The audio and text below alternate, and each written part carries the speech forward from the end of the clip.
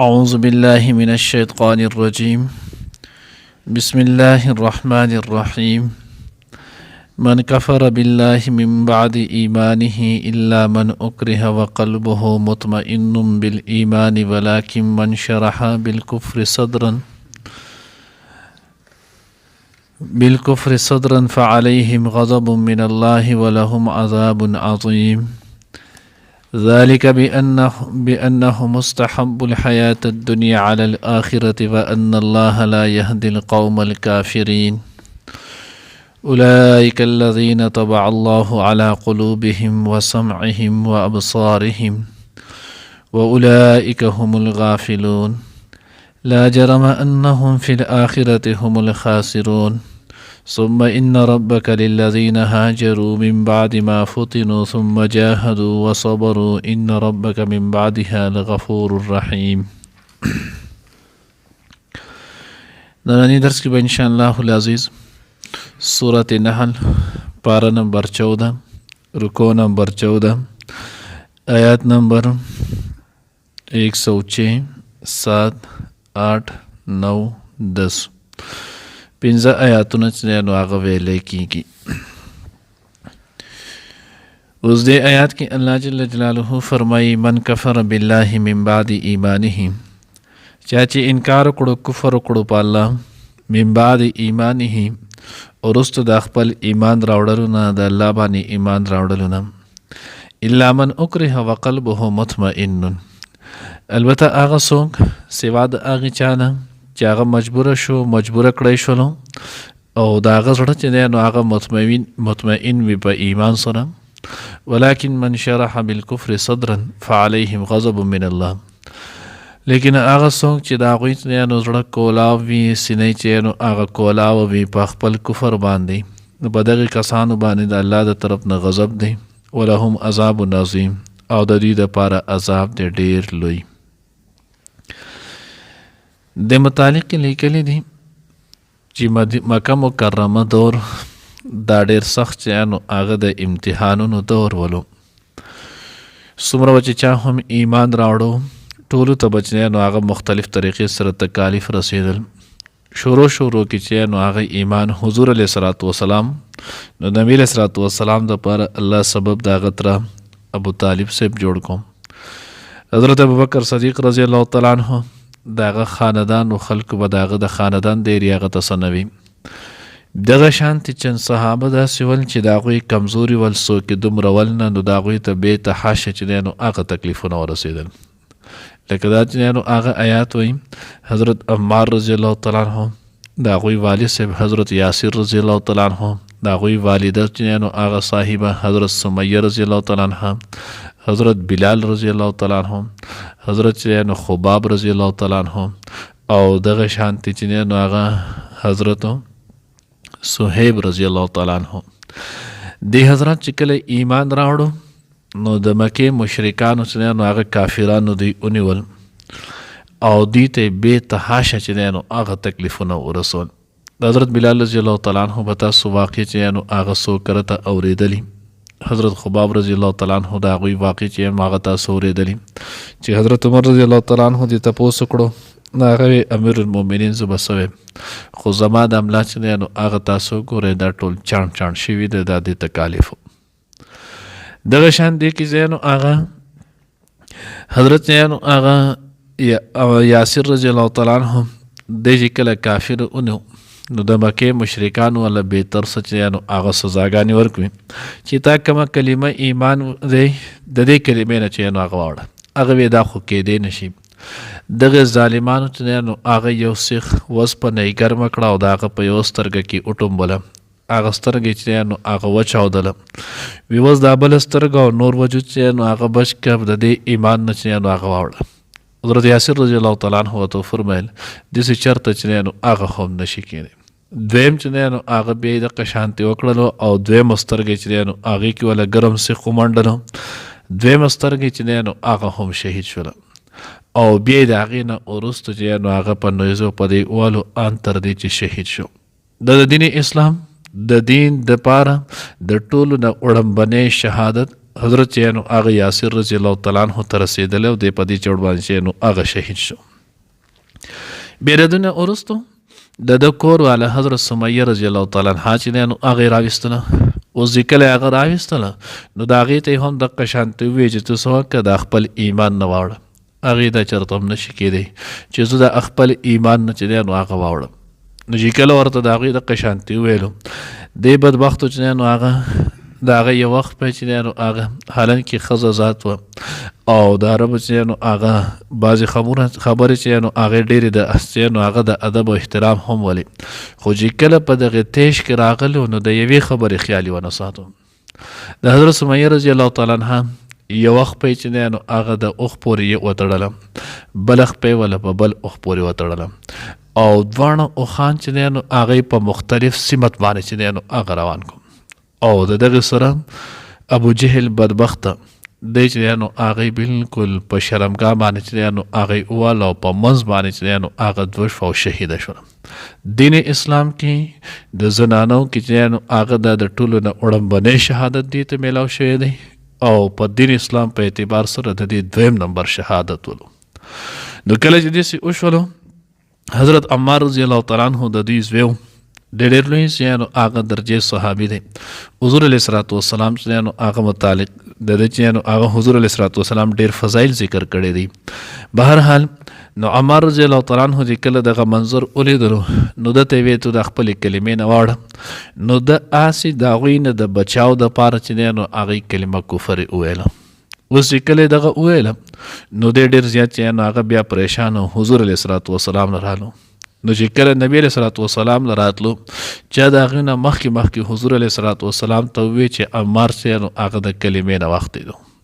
دا چې نو هغه کلمه کفر په ژبه وویله. حضور علیه صلات وسلام یې داسې کیدی شي عمار صرافه چې دی نو هغه په دین اسلام کې ډوب دی، د سر نه واخله او د خپې د قدمه پورې، بلکې د هغه وینه او غوښه چې دی نو هغه د دین اسلام نه جوړه شوي ده. عمار چېرته چې دی نو هغه داسې نشي کولی. نو چې کله عمار رضی الله تعالی عنه چې دی نو هغه راغللو حدیث مبارکه کې راځي عمار چې دی نو هغه سره تاسو چې کله هم اهتدو بهدي عمارین تاسو یا نو هغه که په نقش قدم چلیږي او په سیده لار روانېدل غواړئ نو د عمار رضی الله تعالی عنه په لار باندې لاړ شئ، تاسو به هدایت چې نو هغه عمومي د هغه صرافه په هدایت باندې نه. بهرحال حضرت عمار رضی الله تعالی عنه چې کله حضور علیه الصلاۃ والسلام له رالو نو حضور علیه الصلاۃ والسلام ته یې جړل. نبی علیه الصلاۃ والسلام یې عمار څه چل وشو؟ هغې د الله رسول دقه شان چل وشو، پلار مې په دې بې دردۍ سره شهید شو، ما ورته کتل، مور مې چې نو هغه شهیده شوله، ما ورته کتل، داسې کېدل ما چې نو هغه صرف د خپل ځان د بچاو دپاره چې نو هغه په ژبه باندې سرسري دغه کلمه وویله. حضور علیه صلات وسلام یې ای به خیر دی، دې کې هېڅ مسله نشته، داسې که دا تا لس پیرې بیا هم بیا دې نیسي بیا دې ونیسي بیا دې ونیسي او بیا چې نو هغه ته ووایې نو ته بیا هم پوخ مسلمان یې، ځکه ستا زړه چې نو هغه په دین اسلام په دې باندې ستا زړه چې نو هغه مطمئن دی. نو چې کله ستا زړه مطمئن دی نو په دې باندې تو کافر کېږي نه. نو ځکه الله وایي الا من اکره وقلبه مطمئن بالایمان. نو دا آیات د حضور علیه الصلاۃ والسلام چې څنګه د هغوی ته ووایي نو د نبي علیه الصلاۃ والسلام د دغې خبرې په تایید کې الله جل جلاله چې نو هغه دا آیات راولېږلو. داسې ډېر شی چې نو هغه واقع دي چې عظمت باندې چې عمل کړی د هغې کې چې نو هغه بیا د حضرت خبیب رضی الله تعالی عنه، حضرت حبیب بن یزید رضی الله تعالی عنه، داسې ډېر شي چې نو هغه تفاسیرو کې بیا ذکر کړی دي. بهرحال نو الله وایي من اکره وقلبه مطمئن بالایمان، چا باندې چې نو هغه زور کړی شو، زبردست چې نو هغه وکړی شو او د هغه زړه چې دی نو هغه په ایمان باندې مطمئن و، نو په دې سړي باندې هېڅ وبال نشته که د دغه کلمه چې نو هغه د خپل ځان بچاو دپاره وي. ولکن من شرح بالکفر، خو لیکن هغه څوک چې هغه پړانیز کړی یعنی قبول یې کړو چې نو هغه کفر ښه په خوشحالۍ فعلیهم غضب من الله، نو په ده باندې الله غضب دی، ځکه دی مرتد شو. او کم سړی چې مرتد شو العیاذ بالله د باندې ښځه طلاقه شوه، 3 ورځې به چې دی نو هغه دته مهلت ورکولی شي، د شک شبهات چې نو هغه به ختمولی شي. 3 ورځو کې دی واپس خپل دین اسلام واپس قبول نه کړلو، بیا د حکم چې نو هغه صرف او صرف قتل دی، د قتل نه ما سوا چې نو هغه بله لارې نشتي. ولهم عذاب عظیم، او د دوی دپاره عذاب دی ډېر لوی. اوس دا ولې دی؟ نو الله وایي ذلک بانه مستحب الحیات الدنیا، ځکه کم سړی چې نو هغه د ایمان راوړلو نه وروسته بیا ایمان پرېږدي، نو دا صرف او صرف دی د دنیا د ژوند دپاره، دنیا د پیسو دپاره، دنیا د ښځو دپاره کوي. نو دوی چې نو هغه د دنیا او ژوند چې نو هغه خوښوي په آخرت باندې. وان الله لا يهدي القوم الكافرين، او الله رب العزت چې نو هغه هدایت نه کوي کافر قوم ته. ولی ورته نه کوي؟ اولئک الذین تبع الله، دا کسان چې نو هغه د خلک دي چې مهر والي د الله پاک علی قلوبهم، د دوی په رړونو باندې، وسمعهم د دوی په غوږونو باندې، وابصارهم او د دوی په سترګو باندې.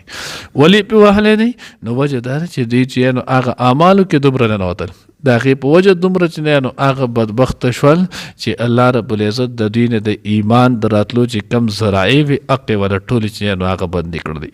واولئک هم الغافلون، او دا خلک چې نو هغه بې غفره دي، چې نو هغه سنې غافل دي. چې کله غفلت شو نو وس بسئ، الله وی لا جرم انهم فی الاخرة، هیڅ شک پدې کې نشته، ضرور به ضرور دوبه په آخرت کې چې نو هم الخاسرون دي نقصان مندون کی. ځکه دنیا دون خو ارزي نه د چې نو هغه اس پته نه لګي چې سوره صحابات انسان د دنیا نه چې نو هغه سي، او د آخرت ون چې نو هغه دایمي دی. علامه غزالی رحمت الله علیه چې نو هغه احیاء العلوم کې لیکلي دي، فرمایي وي که چېرته دا ټول دنیا چې نو هغه د اوري د دانې نه چې نو هغه ډکه شي، مشرق نه واله مغربه پورې، جنوب نه واله شماله پورې، ځمکې نه واله اسمانه پورې، او زر کاله بعد چې نو هغه مرغۍ راځي او دې نه صرف یوه دانه توتی، یو ورځ به بیا هم داسې راشي چې دا ژوند به چې نو هغه ختم شي، دا دنیا به بالکل صفا چې دی نو هغه شي، خو آخرت ژوند هغه بالکل نه ختمېدونکی ژوند دی.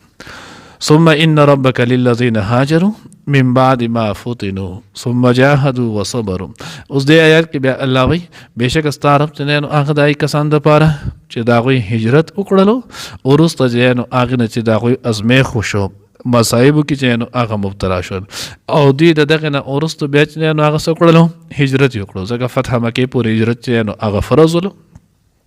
ثم جاهدوا، او بیا د هغوی جهاد وکړلو، وصبروا، او صبر یې کړو. ان ربک من بعدها، نو بېشکه ستا رب چې نو هغه د دغې نه وروسته لغفور، ډېر بخونکی دی، رحیم او مهربانه دی. الله دې موږ ته صحیح پوهه نصیب کړي. من کفر چا چې نو انکار کړو، کفر کړو بالله په الله، من بعد ایمانه، وروسته د خپل ایمان راوړلو نه، الا من اکره، مگر سوا د هغې چا نه اکره چې مجبوره کړی شو، وقلبه، او د هغه زړه مطمئن، مطمئن و بالایمان، په ایمان، ولکن من شرح، لیکن هغه څوک چې کولاوي کړلو، پرانیسې کړلو، بالکفر، په کفر باندې، صدرن خپل سینه، فعلیهم، نو په هغوی باندې غضب، غضب دی، من الله، د الله، ولهم، او د دوی دپاره عذاب، عذاب دی، عظیم، ډېر لوی.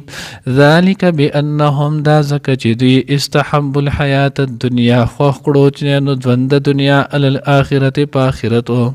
وان الله، او دا چې الله تعالی لا یهدي القوم الکافرین، لار نه ښیي، هدایت نه کوي قوم کافر ته. اولئک الذین، هم دا کسان دي، تبع الله، چې مهر وهلی دی الله علی قلوبهم، د دوی په زړونو باندې، وسمعهم، او د دوی په غوږونو، وابصارهم، او د دوی په سترګو، واولئک هم الغافلون، او هم دا کسان دا خلک دي غافله، بې خبره. لا جرم انهم، ضرور بالضرور، هیڅ شک نشته په دې کې چې دوی فی الاخرة، په آخرت کې، هم الخاسرون، نقصان مندونکي دي. ثم ان ربک، بېشکه بیا ستا رب، للذین، ای کسانو دپاره، هاجرو چې هجرت یې وکړو، من بعدها، وروسته د دې نه، ما فتنو، چې دوی په مصیبت کې واچولی شو، ازمیښت یې وکړی شو، ثم جاهدو، او بیا یې جهاد وکړلو، وصبر، او صبر یې کړو. ان ربک، بېشکه ستا رب، من بعدها، وروسته د دغې نه، لغفور، بخونکی، رحیم، مهربانه دی.